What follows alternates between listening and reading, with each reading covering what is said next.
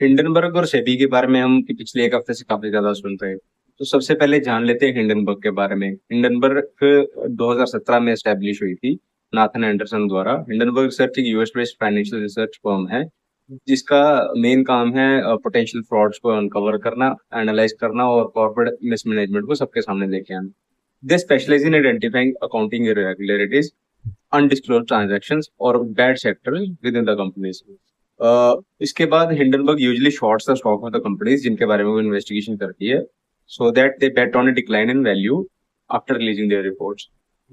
अभी तक उन्होंने 45 कंपनीज को टारगेट किया है, जिसमें से 34 कंपनीज के स्टॉक्स ने स्टीप प्राइस फॉल देखा है और उनमें से 13 तो ऐसे जो पेनी स्टॉक भी बन चुके हैं, जिसकी वजह से हिंडनबर्ग को 75% का सक्सेस रेट मिलता है। और हालांकि उनके कुछ रिपोर्ट्स कंटेस्ट भी किए गए।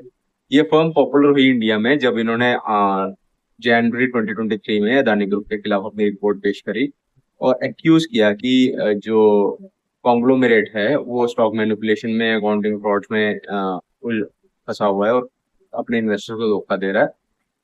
इस रिपोर्ट की वजह से अडानी स्टॉक प्राइसेस में सिग्निफिकेंट ड्रॉप देखने को मिला। करंटली ये जो केस है अभी अंडर इन्वेस्टिगेशन है, सेबी के पास भी, सुप्रीम कोर्ट के पास भी।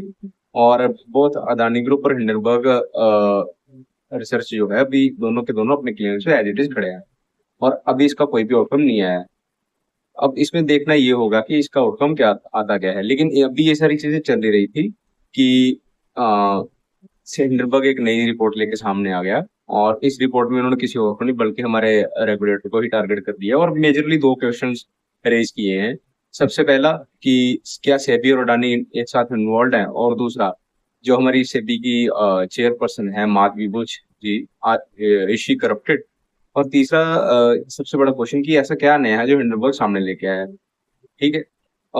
सबसे पहले हिंडनबर्ग ये कहता है कि हम सरप्राइज से सेबी ने जो कोई भी एक्शन नहीं लिया अडानी ग्रुप के खिलाफ, हालांकि हमने उनको एम्पल प्रूफ्स दे रखे थे जिसकी वजह से उनको ये शक हुआ कि सेबी ढंग से इस मैटर को इन्वेस्टिगेट नहीं करेगा।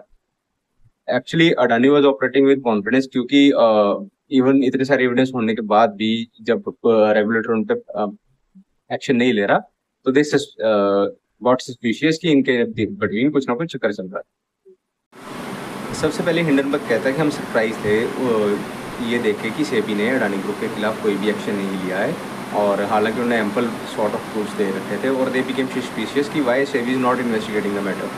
और इसके बाद जब सुप्रीम कोर्ट में केस गया, सुप्रीम कोर्ट ने भी सेबी को इन्वेस्टिगेट करने को बोला तो सेबी ने बोला कि हम किसी नतीजे पर नहीं पहुंच पा रहे हैं। और टिल नाउ जब मैं वीडियो बना रहा हूँ तब तक सेबी कोई भी रिपोर्ट पेश नहीं कर पाया सुप्रीम कोर्ट के सामने। हिंडनबर्ग ने अपने इन एलिगेशंस को सपोर्ट करने के लिए कुछ ट्रांजैक्शंस सामने रखी जिनमें धवल बुच और उनकी फैमिली के ऑफशोर अकाउंट्स के बारे में बात करी गई।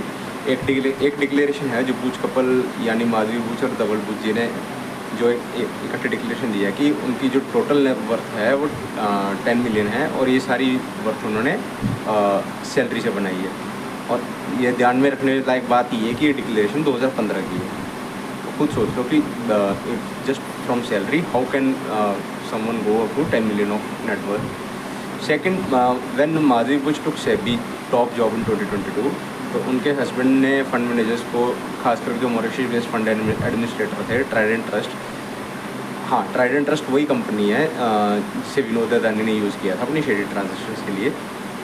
तो इसका नाम इसमें इसलिए आया कि धवल जी ने मॉरिशस फंड एडमिनिस्ट्रेटर को एक मेल डाल के लिखा कि जो उनकी इन्वेस्टमेंट है ग्लोबल डायनेमिक फंड अपॉर्चुनिटीज़ में, तो उसमें उनको सोल ऑपरेटर रखा जाए क्योंकि इट माइज रेज क्वेश्चन कि अगर SEBI chair has vested interest in listed players. But later on ये रिवील हुआ कि Madhabi ji was the actual person who was handling the accounts under her husband's name using a private email. And ये तब पता चला जब एक मेल सामने आई जिसमें उन्होंने फंड को मेल कर रखी है कि उनके फंड्स रिडीम कर दिए जाएँ फ्रॉम सपोज्ड हस्बैंड अकाउंट। और ये बहुत ऑब्वियस है कि अगर सेबी ने इन्वेस्टमेंट किया होता अदानी का मैटर तो ये चीज़ इजीली डिस्कवर हो गई होती। तीसरा, Madhabi Buch was SEBI's top job when her husband got job at Blackstone. और ये जॉब उनको तब मिली है भाई जब कि उनका कोई भी प्राइवेट इक्विटी में, रियल एस्टेट में, कैपिटल मार्केट्स में कोई एक्सपीरियंस ही नहीं है। और ये बहुत ऑड लगता है क्योंकि ब्लैकस्टोन एक प्योर मार्केट प्लेयर है और जैसे जब से वो ब्लैकस्टोन में गए हैं और उन्होंने माइंडस्पेस को और नेक्सस सेलेक्ट ट्रस्ट को IPO के लिए लेके आए हैं विद सेबीज ब्लेसिंग्स। और after this IPO SEBI is also promoting aggressively the benefited REIT और which is in turn benefited Blackstone. और माधवी बुश ने ये भी मेंशन किया है कि जो REIT है अभी उनका फेवरेट एसेट क्लास है इन पब्लिक कॉन्फ्रेंसेस। अब इस चीज़ में हमारा ओपिनियन क्या कहता है? ओपिनियन ये कहता है कि इस चीज़ में हमारा ओपिनियन क्या कहता है? ओपिनियन ये कहता है कि ये जो भी हो रहा है अच्छा नहीं हो रहा है। सेबी की चेयर अगर ही क्लियर नहीं होगी अपने फाइनेंशियल स्टैंडिंग्स और इन्वेस्टमेंट के बारे में और कोशिश करी जाएगी उन सारी चीज़ों को मास्क अप करने की विद हर हस्बैंड्स नेम, तो ये अच्छी चीज़, ये अच्छा पर्सपेक्टिव नहीं देती है मार्केट में। और हालांकि ऐसा कुछ इलीगल नहीं दिख रहा है अभी in the very first side, लेकिन इट्स ऑल अबाउट ऑप्टिक्स। अगर major person from regulatory body has so much things to hide, तो हम नॉर्मल रिटेलर से और लोगों से क्या ही एक्सपेक्ट कर सकते हैं। और मान लीजिए कि अगर ये डायरेक्ट कनेक्शन माधवी बुश और अदानी के बीच में नहीं भी मेंटेन होता है, लेकिन फिर भी लोगों का जो नज़रिया है अडानी को लेके और सेबी को लेके वो चेंज तो हो जाएगा और लोग अभी भी उस तरीके से नहीं सेबी को देख पाएंगे जैसे वो पहले देखा करते थे।